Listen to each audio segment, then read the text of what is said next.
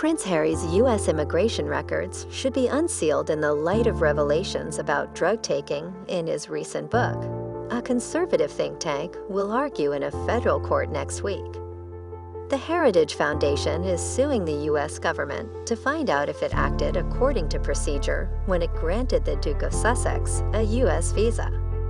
Under U.S. immigration law, evidence of past drug use can be grounds to reject an application.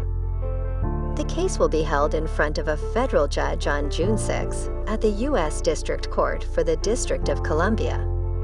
The Heritage Foundation filed a complaint under the Freedom of Information Act, attempting to compel the government to release Harry's immigration file. The requested information is of immense public interest, reads an amended complaint filed on May 5.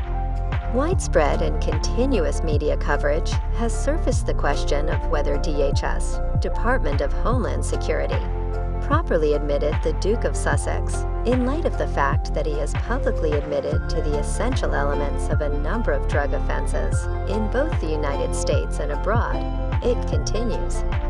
The original request for Harry's records was rejected because Harry had not indicated that he consented to his information being released, the U.S. Justice Department said in court papers. In addition, DOJ argues that citations to speculation about the status of Prince Harry's visa are not sufficient to meet the standard to speed up the process of releasing the document. The Heritage Foundation has long been one of the most influential conservative think tanks in Washington.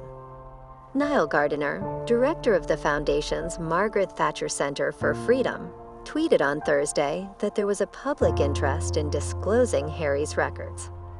Given his extensive drug use admissions, normally disqualifying for entry into the United States, the American people deserve answers to the serious questions raised by the evidence, he wrote in a Twitter post. Did DHS in fact look the other way, play favorites, or fail to appropriately respond to any potential false statements by Prince Harry? Harry most recently confessed to taking various recreational party drugs in his explosive memoir, Spare, which was published in January. The Duke of Sussex admitted to having taken cocaine, smoked marijuana, and tried magic mushrooms. Harry, who moved to California with Meghan in 2020, has opened up about his experiences with cocaine as a teenager. Of course, I had been doing cocaine around this time. At someone's country house during a shooting weekend, I'd been offered a line, and I'd done a few more since, Harry revealed. It wasn't much fun, and it didn't make me particularly happy, as it seemed to make everyone around me. But it did make me feel different, and that was the main goal.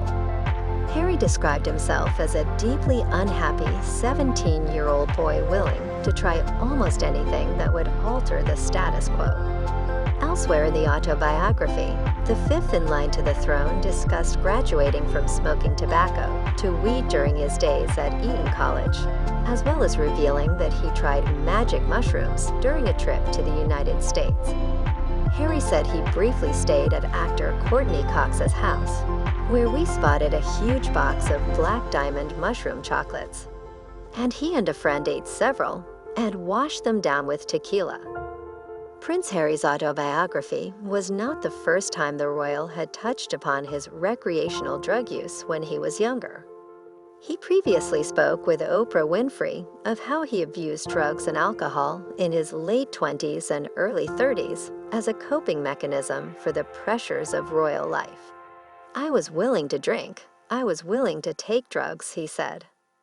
I was willing to try and do the things that made me feel less like I was feeling.